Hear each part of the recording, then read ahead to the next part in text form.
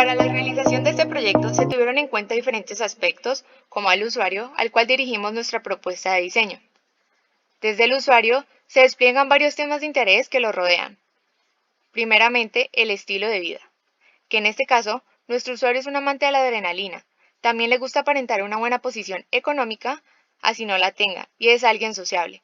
Le gusta rodearse de personas todo el tiempo y compartir su vida en redes sociales. Por otro lado, se encuentran los aspectos emocionales donde resaltamos de nuevo su virtud social ante las demás personas, además de que le gusta reflejar que se siente cómodo consigo mismo, se quiere destacar en todo momento y se caracteriza por ser alguien extrovertido que prefiere los cambios constantes. También enfocamos la parte funcional de acuerdo a la personalidad y al estilo de vida de nuestro usuario, por lo que en el proceso de ideación se decidió agregar ciertos aspectos importantes al diseño.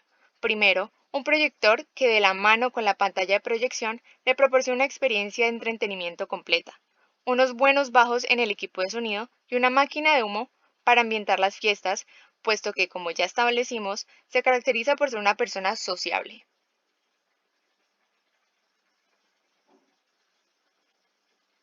Cabe resaltar también que en el proceso de estudiar a nuestros usuarios se encontraron ciertos insights.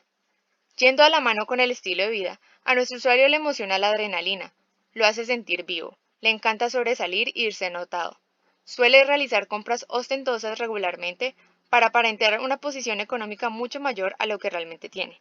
Además, se deja influenciar fácilmente por las personas de su alrededor y prioriza la compra de tecnología por encima de sus propias responsabilidades.